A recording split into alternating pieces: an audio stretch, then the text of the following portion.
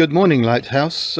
Before I start my proper talk, I thought I'd just have a quick walk around the garden with you. This is the garden of the church's house, so in a way, this is your garden. These flowers aren't spectacular, but they will become lovely blueberries in due course. As we move around, I don't know how well you can see it, but down here we have some rather attractive dark red wallflowers, and as we walk down the garden you can see the rather spectacular blossom and a decorative double flower on the left, the small beginnings of apple blossom, just the first cluster of apple flowers just coming out. Underneath we have purple honesty and a few random plants of mint, and over here the cherry blossom season has started. That's our cooking cherry, Morello cherry, which always produces a crazy amount of flowers and fruit. Moving back, we have the rosemary with its nice bluish flowers. Anyway, since I can't invite you all personally to come and enjoy the garden, at least I can show you the forget-me-nots up on the wall as well. So there we are.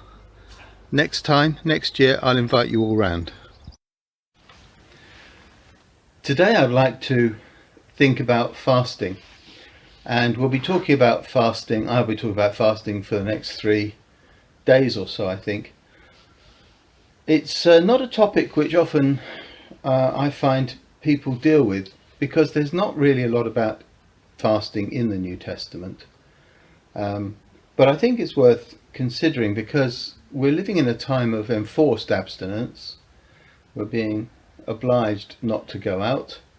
Maybe, depending on how your food supplies are looking, there might be a few things that you're running low on. Your Cocoa Pops might have run out or something. Anyway, let's think about fasting. It's just an old word. It goes back about 1,000 years in English. It's an old word for not taking food or abstaining from food, sometimes abstaining from alcohol, sometimes abstaining from other things, but usually when we talk about fasting it's about not eating. And of course the word survives in the word we have for the first meal of our day, which is breakfast, when we break the fast of not eating anything during the night. Our first food of the day is the breaking of the fast. Now, fasting is a feature of every religion that I'm aware of. It is, along with prayer, a universal, really, when you look at religious life around the world. But I want to say how Christian fasting is quite a lot different from most of that. Now, people found Jesus's disciples confusing. The behavior of Jesus's disciples while he was going around Judea and Galilee, Jesus was widely misunderstood. But one of the things that was misunderstood was the behavior of his disciples, because they didn't fast. And everybody knew that if you're serious about your religion, you would practice fasting. He was asked, look, the Pharisees, they fast. The disciples of John the Baptist, they fast. Why aren't your people fasting? Now, the Pharisees had a couple of days of the week when they were meant to abstain from some kinds of food or all food. And the disciples of John, I think, to show that they were different from the Pharisees, chose different days of the week. But nevertheless, they also had a couple of days when you didn't eat, you didn't fast. So it was a matter of religious identity.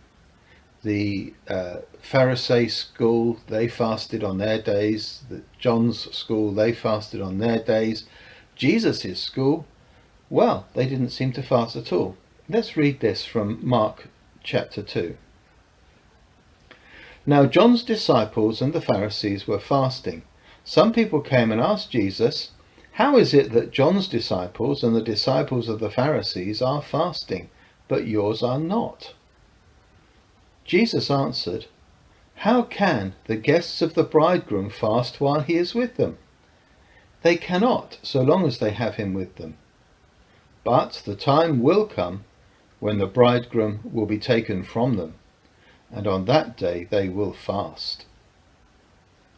No one sews a patch of unshrunk cloth on an old garment, otherwise the new piece will pull away from the old, making the tear worse. And no one pours new wine into old wineskins, otherwise the wine will burst the skins, and both the wine and the wineskins will be ruined. No, they pour new wine into new wineskins." So the religion of the Pharisees and the religion of John's people was easy to see.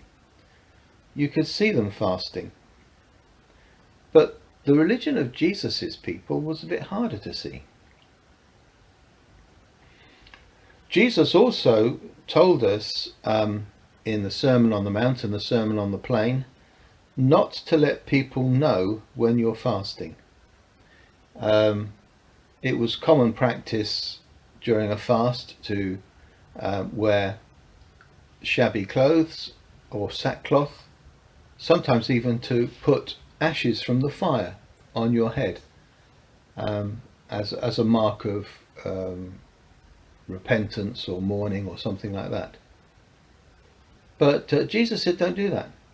If you're fasting, give your face a good scrub, wear your happy clothes, don't let anyone realize that you're fasting. He said there would be times when his people fasted, when they needed to or felt that it was a good idea, but it would be on the day when Jesus is taken from them. So I suppose one would immediately think of that time, Good Friday, Holy Saturday, when the disciples were distraught at their loss and they probably wouldn't have eaten. But that suggests to me that there might be other times as well when it would be appropriate for us to fast. Now, in Christianity, the traditional national and ethnic denominations, like the Anglicans, the Catholics, the Eastern Orthodox, they have reintroduced special fasting days. And it's easy to see why, because if fasting is part of people's religious identity, these denominations are very keen on maintaining that identity, being part of the group. In a mixed denomination, by mixed I mean a denomination where many people don't really walk with God personally, where you might have any level of commitment from super keen down to practical atheist. To hold such a mixture of people together, which is really like holding together clay and iron, well, you need a common bond, you need common practices, common liturgies, common feast days, common fast days. You can see how religious and national identity could be bound up with fasting together. Think about the Muslims in Britain, how their fast period, Ramadan, which is starting soon, how that is a marker of identity. Even if you don't keep the fast very well, you still mark the iftar feasts in the evening and the Eid at the end and so on. Fasting and identity are really mixed up together in Islam, just as they are to some extent in the national versions of Christianity or the ethnic versions of Christianity. But for someone like myself, who is a terrible Baptist, an Anabaptist, I believe in a church voluntarily gathered under Christ, then obviously fasting as a matter of identity isn't very important. It doesn't mean to say that fasting isn't important, though. Jesus says his disciples will react to events by fasting. And I think that still is true for us today. In fact, it's natural. Think about when you've been hurt, upset, when you've been bereaved.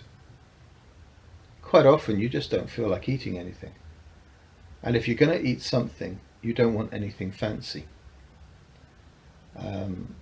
Fasting as a reaction to that kind of grief or trouble is almost inbuilt in human beings. It's certainly not a time for party food or extravagant. These are somber and sober times when you might eat little or eat plainly.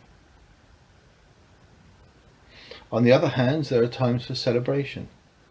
Jesus says the disciples were basically enjoying his company, having a party, while Jesus was doing those wonderful miracles and saying those wonderful things.